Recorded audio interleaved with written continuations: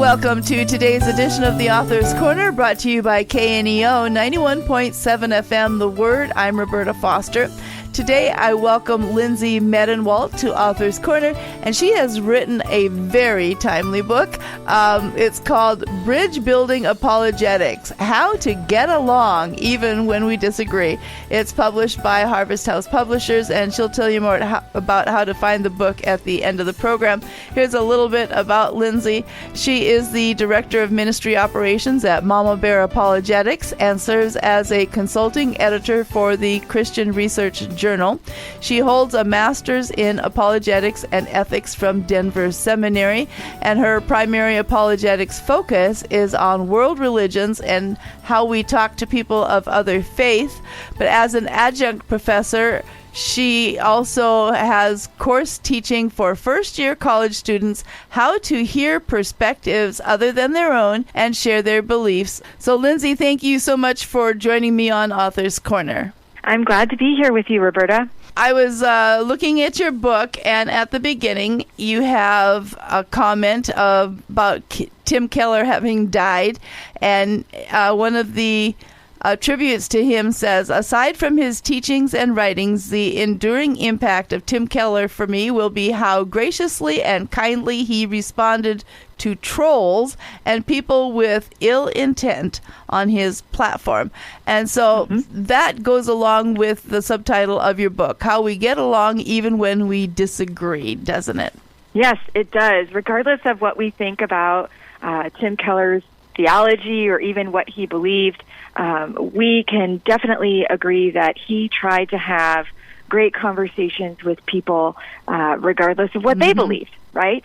And he taught that. What I noticed the day that he died and all of the comments that were coming in on Twitter or X now or Facebook had to do with the way that he saw people. Yeah. And it wasn't about necessarily where they came from or even what they believed. He just wanted to hear their perspectives, and he genuinely listened to them.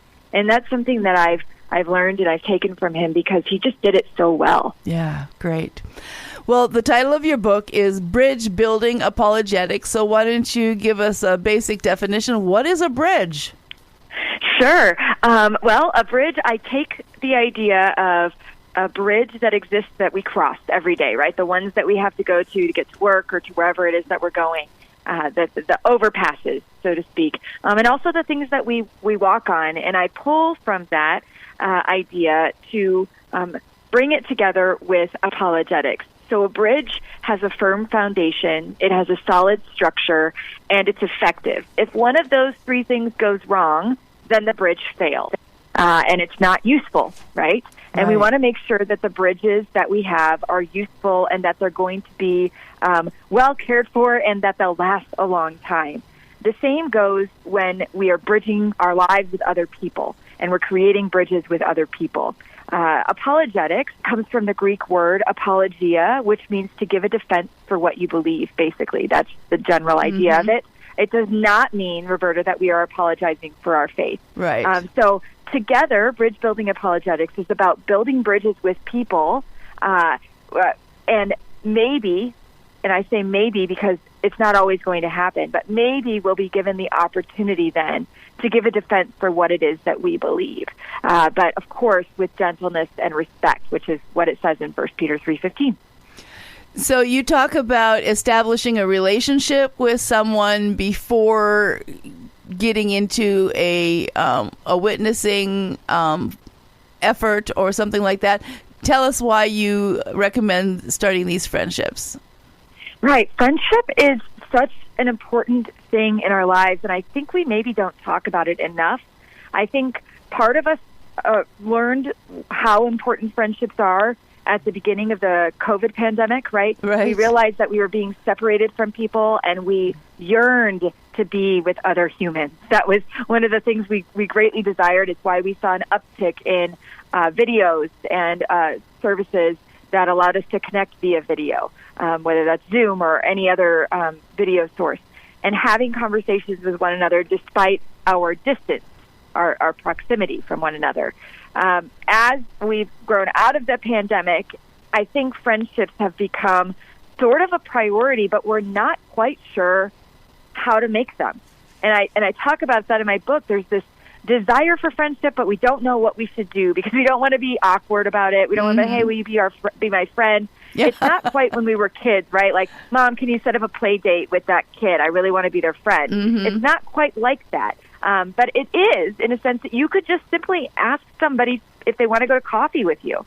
There's nothing wrong with doing that. It might feel awkward at first, but maybe they feel the same way, and they want to get together and have a conversation with you. But friendship is a foundation of bridge building, because you aren't going to get a place at the table to have conversations about faith or politics or whatever it may be if you don't already have an underlying relationship with that person. Or if you do attempt to have that kind of conversation, it tends to go haywire, right? Like we see that every day in the news or on social media of people attempting to share what they think about whatever the topic might be, and they just don't do it well because they're not valuing the other person necessarily. They're just trying to get their points across. And friendship really helps us value the person in front of us. It helps us see them as image bearers, made in the image of Christ, of God, and being able to recognize Christ within them if they're Christians, and hopefully allowing us to listen to their perspectives,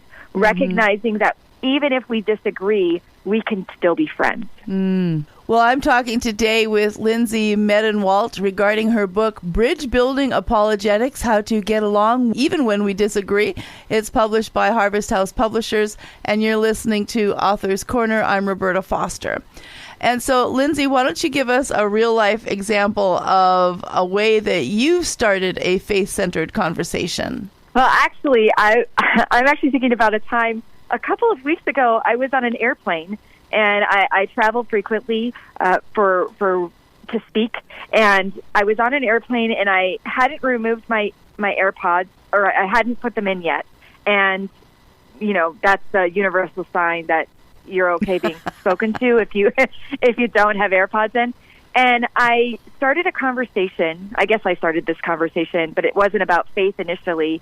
The woman next to me was a little bit frantic because the airline had required her to check her bag. And so we started talking a little bit about what that meant for her. She was on her way to Europe, and what was she going to do without this carry-on now that she had to be on a plane for 8 hours. And that led into a discussion of faith. And I'm not even entirely sure how we got there. She started sharing her perspective about humanity and how she had dabbled in a variety of worldviews and world religions. And I was just fascinated by her story. She is a doctor. She's a medical doctor, and she was traveling to be with some friends, and she was telling me about some of the things that have shifted through her life experiences and the way that she approaches spirituality is what she called it, and God in the universe. So those are some key words that make my ears tickle a little, right? Yes. But I was able to ask her questions about things that were interesting that she would say. I would just, ask one more question, and there you go. She would speak for another 10 minutes. And before I knew it, we were landing. Yes. and our conversation ended. But I actually looked her up on the internet, and I very rarely do this, and sent her an email. I found her and sent her an email, and I've connected with her outside of the airplane now. And I plan to continue having a bit of a relationship and a conversation with her about her different perspectives. Now, did I lead her to Christ that day? No. But she asked me a really interesting question, Roberta. She said, if you could tell me about a couple of interactions of Jesus, which ones would you share with me? She asked you that question? She asked me that question. And I said, oh, wow, okay. That's a lot of interactions that we know about that Jesus has had.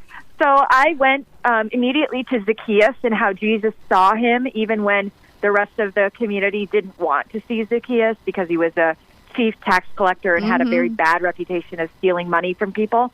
And yet Jesus knew him by name, right, and called him down from the tree and shared a meal with him.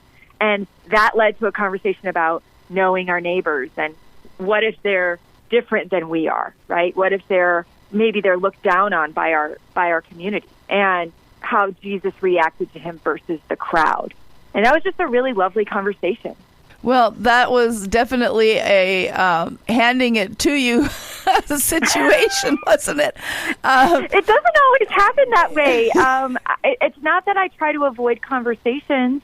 It's just we don't always get into the religion conversation. And then they find out, inevitably, it's like, well, what do you do? And it becomes more apparent, what I do for a living and a book that I've written. And if it's appropriate, we talk about that. But for the most part, they hardly ever get to that point because I'm just asking so many questions and trying to get to know them. And this one really did work out the way that, I describe in the book, which I've had other experiences like this, but I hadn't seen it recently, as in the last 6 months or so. Yeah. So it's really nice to spend some time with her and get to know her and then share some things about Jesus, right? Amen. That's important too. Well, one of the situations that people face is when they bring up their faith is they're made fun of. And so how do you share with people through your book how to handle that type of a situation? Yeah, that's one of the reasons why people choose not to enter these conversations frequently, because they are afraid that there's two fears that I've heard of. They're afraid that somebody's going to make fun of them, or they're afraid they're going to get something wrong. I want to ease the second fear first. Getting something wrong. You can say, I don't know. If you don't know an answer to a question that somebody asked you, you could say, I don't know, but I'd be happy to find out. Can I get back with you about that answer? So I want to give you freedom. Whoever's listening, you have freedom to say you don't know. It is okay to not know the answers to every question somebody could ask you about Christianity or faith, right? The second one, the first one, being afraid that somebody will make fun of us. Unfortunately, we see this even in media, right? If you watch movies or you watch television, often the characters who are Christians are the weird ones or the butt of the joke, right? Somebody that the characters want to make fun of because of their faith. In reality, I have seen this play out. I have seen people I have experienced it myself. I have gotten made fun of because of my faith. The reality is that Jesus and the disciples did too. So this isn't new. This isn't something that the first century church didn't experience. We read about it in Scripture, right? We read about the crowds who were in opposition or some people in the crowds who were in opposition. So we're in really good company when you think about it that way.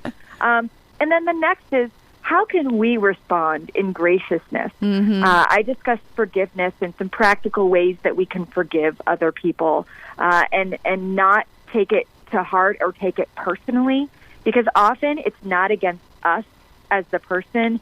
It's against maybe they were hurt by the church or they were hurt within a previous congregation that they were a member of, or another Christian said something mean to them. And so now they're painting with broad strokes about other Christians. So take a step back and consider their perspective. Where are they coming from? Why did they say that? It very likely is not about you. And I want people to feel comfort in that as well, because usually there's something larger going on when somebody wants to criticize Christianity. Well, right now I'm talking with Lindsey Medenwaldt about her book, Bridge-Building Apologetics, How to Get Along Even When We Disagree. So, Lindsey, tell our listening audience how they can find out more about this book. Sure. I have a website, lindseymedenwaldt.com. Hopefully somebody can link to that, but my full name is LindseyMedenwaldt.com. You can also just search for Bridge-Building Apologetics and my name, and that should come up. And you can buy my book anywhere that books are sold. Some people ask me, well, what's the best place to buy it? How do we benefit you the most? It doesn't matter. If you want to buy it on Christian Book versus Amazon, that doesn't matter to me. I also recommend people request it at their local libraries, as well as other Christian texts that maybe have been good for them. Because we want libraries to have a wealth of information for people, and requesting Christian books is one way to make sure that our communities have access to materials. What a great idea. I haven't heard that one brought up before. The book we're talking about today is Bridge-Building Apologetics, How to Get Along Even When We Disagree, written by Lindsey Medenwaldt. And we do thank Harvest House Publishers for giving us a copy. And Lindsey, thank you so much for sharing your time with us today. Absolutely. Thank you so much, Roberta. Well, if you'd like to hear this interview again, you can now hear it on your favorite podcast platform or through kneo.org. And to our listeners, we sure appreciate you tuning in. This is Roberta Foster on the Author's Corner. Join me again next time.